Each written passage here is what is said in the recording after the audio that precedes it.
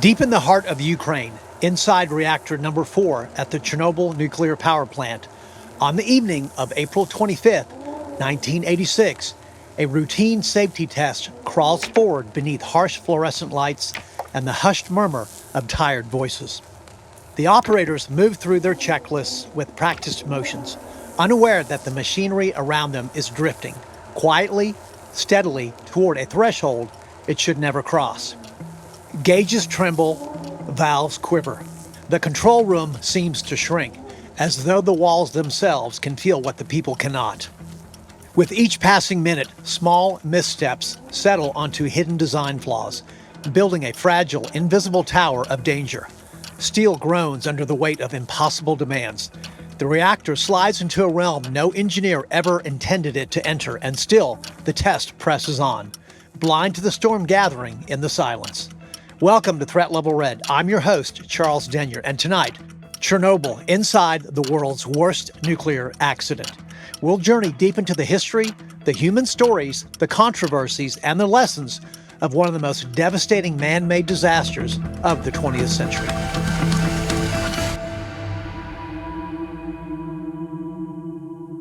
Welcome to Threat Level Red, a Charles Denyer Productions podcast. Every week, Charles brings his real-world expertise to the front lines of America's most pressing threats. Cyber attacks, extremist networks, rogue states, terrorism, economic instability, systemic breakdowns, and so much more.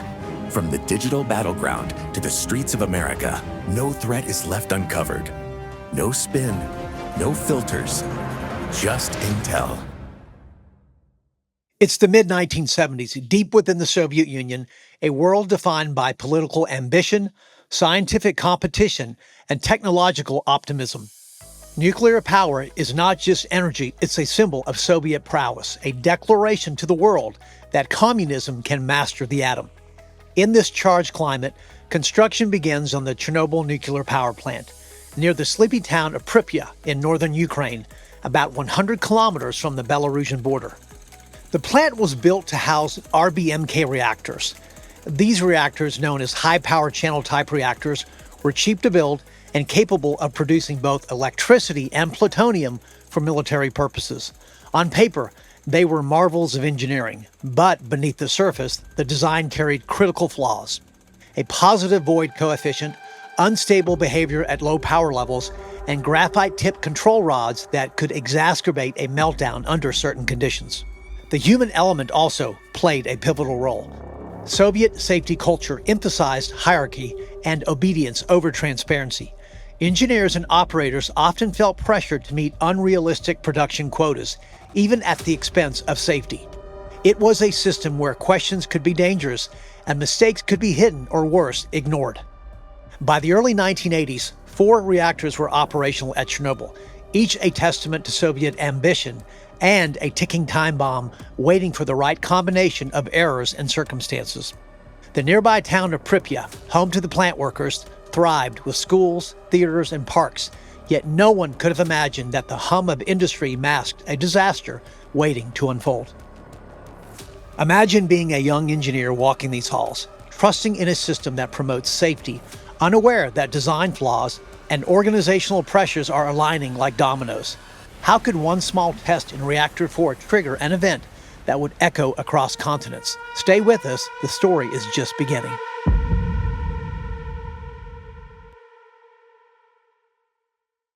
It's the evening of April 25th, 1986. Reactor 4 at Chernobyl is scheduled for a routine safety test, designed to simulate a power outage. On the surface, it seems mundane, a procedural drill. But inside the control room, the operators are grappling with a complex ballet of reactor physics, manual overrides, and a clock that ticks faster than anyone realizes. By 1:23 a.m. on April 26, disaster strikes. A sudden surge in power creates a catastrophic steam explosion, followed by a second, even more powerful blast that tears the roof off of reactor number 4. The fireball and radiation erupt into the sky, visible for miles. Witnesses describe it as a red glow over Pripyat, a fiery signal that something unimaginably and terribly wrong has happened. The explosion instantly kills 2 plant workers, while dozens more succumb in the following weeks to acute radiation syndrome. But the human toll is only the beginning. Radioactive isotopes begin spreading across Europe. Winds carry the invisible cloud into Belarus, Russia, and even Scandinavia, forcing thousands into evacuation and leaving a footprint that will linger for decades.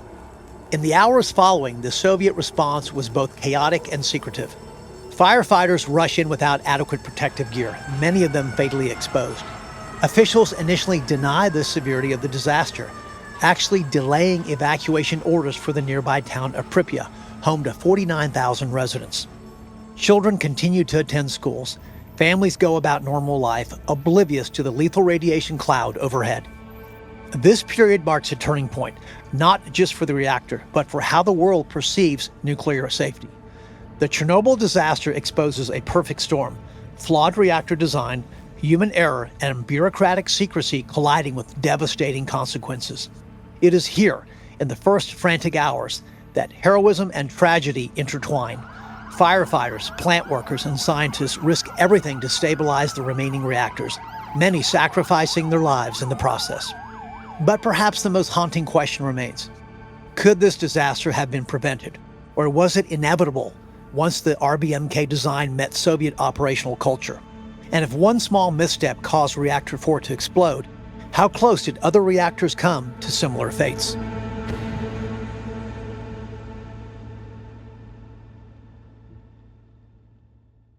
There has been a nuclear accident in the Soviet Union, and the Soviets have admitted that it happened. The Soviet version is this: one of the atomic reactors at the Chernobyl atomic power In the plant hours in after the city explosion, the world of Pripyat, a city built for nuclear workers, turned from routine normalcy into a landscape of invisible terror. Residents were unaware they were walking through a deadly cloud of radiation. Families slept under the glow of Reactor 4, their children played outside, and some even cooked dinner on contaminated stoves. The invisible enemy just didn't announce itself, it simply waited. And again, the first responders, these very firefighters and plant workers, they became the unrecognized heroes of the disaster. Men who rushed into Reactor 4 without protective gear. They were exposed to lethal doses of radiation. Over the following weeks, dozens of these men succumbed to acute radiation syndrome, their courage unseen by the world until years later.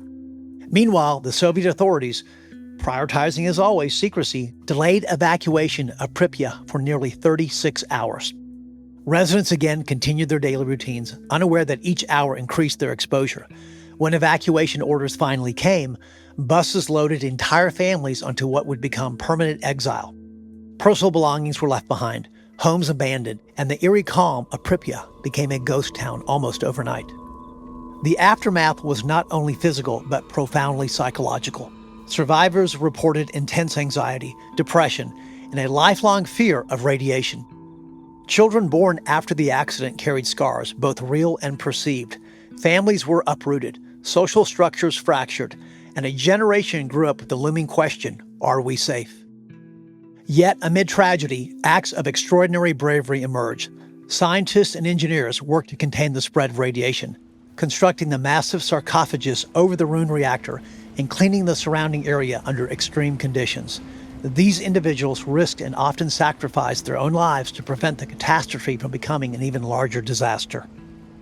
But the question lingers: how much of this disaster could have been mitigated with transparency, better training, or different reactor design? And as we look back decades later, what lessons were truly learned and which were ignored?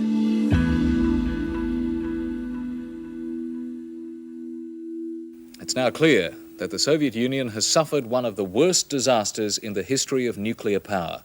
Massive quantities of radiation have apparently been Almost released. immediately after the explosion, rumors and misinformation began to swirl, some amplified by deliberate secrecy, others by misunderstanding. One of the most persistent myths is that Chernobyl created a permanent dead zone covering all of Europe.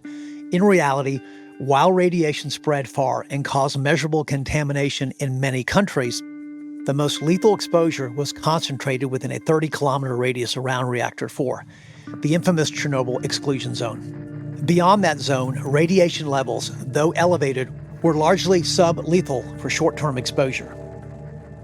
Another controversy revolves around the number of deaths caused by the disaster. Early Soviet reports dramatically undercounted fatalities, reporting just 31 immediate deaths, sparking global outrage when the truth emerged decades later. Modern estimates from various international organizations suggest that the death toll is actually quite high, and that thousands have suffered long-term effects, including increased cancer risk. However, exact figures remain debated due to various challenges and political factors. The discrepancy fuels a persistent question. How do we measure the human cost of an invisible enemy like radiation? Globally, the Chernobyl disaster triggered a seismic shift in nuclear policy and public perception. Across Europe, governments began stringent monitoring of nuclear facilities.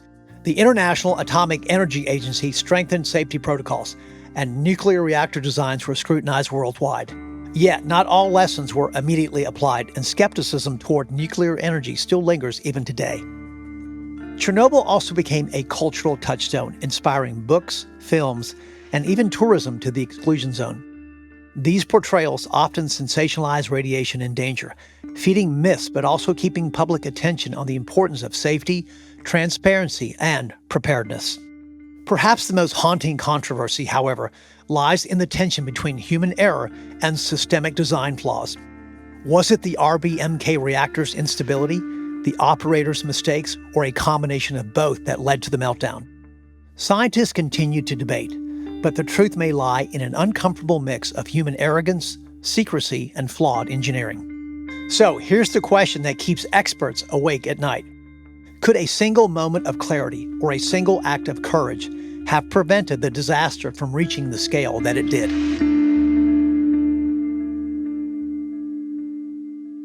It took a full 18 days before the Soviet leader Mikhail Gorbachev made any public pronouncement on the nuclear disaster at Chernobyl. Today on Soviet television, Mr. Gorbachev said the accident has deeply affected the Soviet people. Decades have passed since that fateful night on April 26, 1986, but the shadow of Chernobyl still lingers, not just in Pripyat, but in the stories of those who lived through it, and in the land itself. The immediate aftermath was chaotic, but the long-term consequences quietly unfolded, insidiously, in many ways both visible and invisible. Environmentally, the exclusion zone has become an eerie paradox. Trees, fields, and wildlife now thrive in areas abandoned by humans, creating a strange post-apocalyptic Eden. Wolves, wild horses, and boars roam where people once walked daily.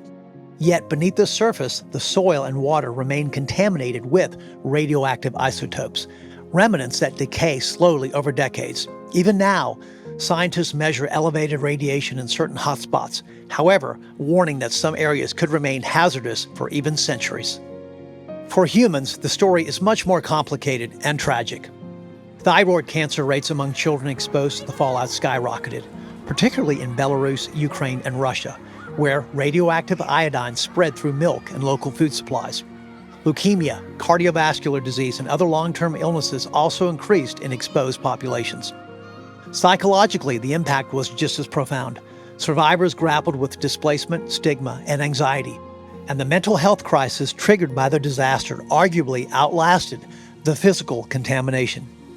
Generations were shaped by fear, uncertainty, and the abrupt rupture of community and identity. Chernobyl also left a legacy in global health and safety protocols. It forced governments and organizations worldwide to reconsider radiation exposure limits, emergency preparedness, and nuclear safety culture. Yet questions remain. Were lessons fully internalized, or are modern reactors still at risk of similar miscalculations? And here's the haunting part. Even as we marvel at the wildlife reclaiming the zone, we must ask, how much of human negligence will future generations inherit if the lessons of Chernobyl are forgotten?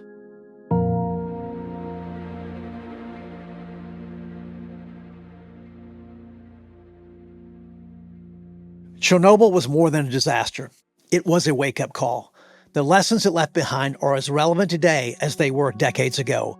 At its core, Chernobyl highlighted the dangerous intersection of human error, flawed engineering, and institutional secrecy. In the RBMK reactor, a combination of design flaws and procedural missteps created a perfect storm, a scenario where a single miscalculation could trigger catastrophe. One of the first lessons: transparency saves lives. The Soviet government's initial attempts to suppress information amplified the disaster's consequences. Delays in evacuation and public warning meant thousands of people were exposed to unnecessary radiation. Modern crisis management protocols today should emphasize rapid, accurate, and transparent communication, whether it's nuclear safety, cybersecurity, or natural disasters. Here's another critical takeaway. Robust safety culture matters more than technology alone. The RBMK reactor's flaws might have never led to a disaster if operators had followed strict safety protocols or if their training emphasized risk awareness over bureaucratic pressure. Today, industries from nuclear energy to aviation and IT need to be acutely aware that systems fail when humans are unsupported, uninformed, or misled. Chernobyl also reshaped global nuclear policy. Countries worldwide strengthened reactor design standards, emergency preparedness, and environmental monitoring. The disaster catalyzed international cooperation, leading to treaties and protocols for cross-border nuclear safety. But it also sparked controversy. Anti-nuclear movements gained momentum, while proponents argue that lessons from Chernobyl have made modern reactors safer than ever. Beyond technology and policy, Chernobyl taught us a profound human lesson: resilience in the face of a catastrophe. Communities displaced by radiation rebuilt their lives, scientists continued studying its environmental effects, and even the exclusion zone has become a living laboratory for ecological recovery. It's a powerful reminder that even amidst tragedy, curiosity, innovation, and courage still persist. But here's the question that lingers decades later. Are we truly prepared for the next preventable disaster? Whether nuclear, technological, cyber, environmental? I spent years working across the globe with organizations facing today's toughest and most complex security and compliance challenges, helping them develop rock-solid contingency plans that protect people, data, and operations when disaster strikes. Drawing on that experience, I help companies translate lessons from events just like Chernobyl into actionable strategies that make them resilient, proactive, and audit-ready before a crisis hits. If you want to strengthen your organization's readiness and build a plan that withstands real-world threats, I offer complimentary one-on-one strategy sessions where we map out tailored approaches for your business. You can book directly at charlesdenyer.com and start turning preparation into peace of mind. In our next episode, Edward Snowden, Secrets, Surveillance, and Security. Thanks for joining. I'm your host, Charles Denyer. This is Threat Level Red. Threat Level Red is a Charles Denyer Productions podcast. For more information, visit charlesdenyer.com to learn more about current and upcoming podcasts and episodes, current and future book publications, professional services offered by Charles, and much more. All opinions expressed are those of the host and do not reflect the official positions of any government agency, military branch, or national security organization.